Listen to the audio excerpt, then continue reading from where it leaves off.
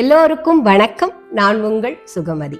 இன்று பிறந்த நாள் மற்றும் திருமண நாள் காணும் அனைத்து நல்வுள்ளங்களுக்கும் எனது அன்பார்ந்த மனமார்ந்த நல்வாழ்த்துக்கள். வாழ்வில் எல்லா வளமும் நலமும் பெற்று பல்லாண்டு வாழ்க. அதிகாரம் 6 வாழ்க்கை துணை நலத்திலிருந்து திருக்குறளின் பொருள் விளக்கம் பார்த்துட்டு இருக்கோம். இந்த பதிவுல 57 மற்றும் 58ஆம் திருக்குறளின் பொருள் விளக்கம் பார்க்கலாம். அதிகாரம் 6 வாழ்க்கை துணை நலம். குறள் எண் 57. சிறை காக்கும் காப்பு எவன் செய்யும் மகளிர் நிறை காக்கும் காப்பே தலை. சிறை காக்கும் காப்பு எவன் செய்யும் மகளிர் நிறை காக்கும் காப்பே தலை. இந்த குறளோட ஒவ்வொரு வார்த்தைக்கும் என்ன பொருள் அப்படிங்கிறத பார்க்கலாம். சிறை காக்கும், சிறையில் அடைத்து காக்கும். காப்பு, காவல். எவன் செய்யும், எவன் என்றால் என்ன செய்யும். மகளிர், பெண்கள். நிறை காக்கும், நிறை என்றால் கற்பு என்னும் அறநெறி. காக்கும், காக்கும். காப்பே தலை, அந்த காவலே தலை. தலை என்றால் முதன்மையானது. இதோட முழு பொருளையும் பார்க்கலாம். ஒரு பெண்ணை கட்டுப்படுத்தி காவல் செய்வதால் பயன் ஏதும் இல்லை. அவளுக்கு காப்பு அவளின் கற்பென்னும் அறநெறியே. அதாவது ஒரு பெண்ணை காப்பாற்றணும் அப்படிங்கிறதுக்காக அவளை சிறைப்படுத்தி காக்கிறது அப்படிங்கிறது முறையல்ல. அவளோட கற்பு நெறியே அவளுக்கு காவலா இருக்கும் அப்படின்னு சொல்றார். பெண்களுக்கு ஆதரவா பேசின முதல் ஆண்மகன் திருவள்ளுவரா தான் இருக்கணும்னு நினைக்கிறேன். அந்த காலத்திலேயே பெண்களை பூட்டி வைக்க கூடாது அப்படிங்கிறத சொல்லியிருக்காரு.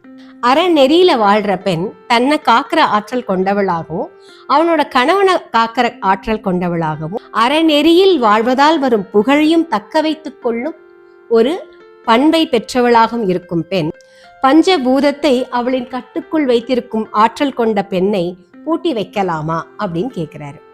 ஒரு பெண்ணை பூட்டி வச்சா அவளோட உடம்ப தான் பூட்டி வைக்க முடியும். அவளோட சிந்தனை, அவளோட எண்ணம், அதை பூட்டி வைக்க முடியுமா? இதைத்தான் இங்க வள்ளுவர் கேட்கிறாரு.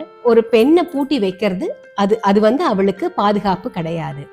என்ன பண்ணணும்? அவளுக்கு தைரியத்தையும் அறநெறியில வாழ்ற ஒரு பண்பையும் சொல்லி கொடுக்கணும். அதுதான் அவளை காக்கிற ஒரு காப்பா இருக்கும் அப்படின்னு சொல்றாரு. முந்தைய குறள்ல எல்லாம் அவர் அந்த பெண்ணோட ஆற்றலை எந்த அளவுக்கு தெளிவா சொல்லியிருந்தாரு. அப்படிப்பட்ட ஆற்றல் கொண்ட பெண்ணை ஒரு சிறைப்படுத்தி பூட்டி வைத்து காவல் காப்பது அப்படிங்கிறது முறையான விஷயம் இல்லை அப்படிங்கறத இங்க சொல்றாரு. அவள் அறநெறியில் வாழ்ந்தால், கற்பு நெறியில் வாழ்ந்தாள் அப்படின்னா அதுதான் அவளுக்கு காப்பா இருக்கும், அவளை காவல் காக்கும் அப்படின்னு சொல்றாரு. இந்த குறளுக்கு நான் எழுதிய பொருள் கவிதை. பெண்ணை கட்டுப்படுத்தி காப்பது முறையல்ல. அறநெறியே பெண்ணுக்கு காப்பு. பெண்ணை கட்டுப்படுத்தி காப்பது முறையல்ல. அறநெறியே பெண்ணுக்கு காப்பு. இதோட பொருள் உங்களுக்கு எளிமையா புரிஞ்சிருக்கும்னு நினைக்கிறேன். அடுத்த குறளின் பொருள் விளக்கம் பார்க்கலாம். அதிகாரம் 6 வாழ்க்கை துணை நலம். குறள் எண் 58. பெற்றார் பெரின் பெருவர் பெண்டிர் பெருஞ்சிறப்பு புத்தேளிர் வாழும் உலகு.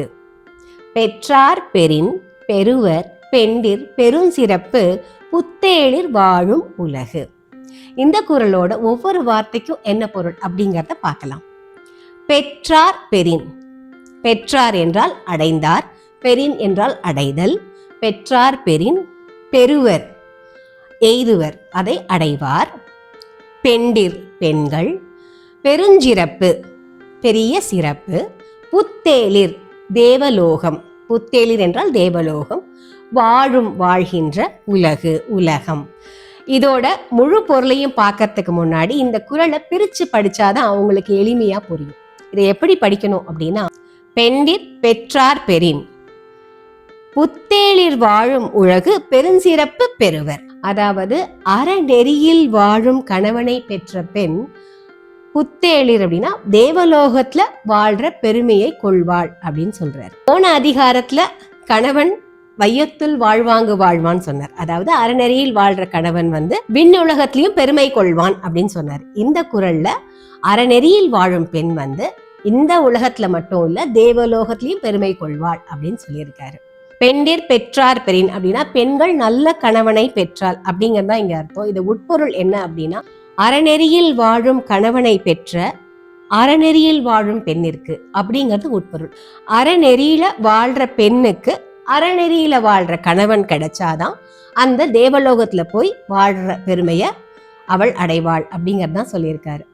அறநெறியில் வாழும் ஒரு பெண் தன்னை காத்து கொண்டு தன் கணவனையும் காத்து அறநெறியில் வாழ்வதால் வரும் புகழையும் தக்க வைத்து பஞ்சபூதங்களையும் தன் கட்டுக்குள் வைத்திருக்கும் ஆற்றல் கொண்டவள் தேவலோகத்தில் பெருமை கொள்வாள் அப்படின்னு சொல்றதுல என்ன வியப்பு இருக்க போகுது இல்லைங்களா? அதைத்தான் இங்க திருவள்ளுவர் சொல்றாரு. இதற்கு நான் எழுதிய பொருள் கவிதை: நற்பண்புடைய கணவனை பெற்ற குணவதி தேவலோகத்திலும் பெருமை அடைவாள். நற்பண்புடைய கணவனை பெற்ற குணவதி தேவலோகத்திலும் பெருமை அடைவாள். இந்த குறளோட பொருள் உங்களுக்கு எளிமையா புரிஞ்சிருக்கும்னு நினைக்கிறேன். மீண்டும் 2 திருக்குறளின் பொருள் விளக்கத்தோடு உங்களை நான் சந்திக்கிறேன். நன்றி, வணக்கம்.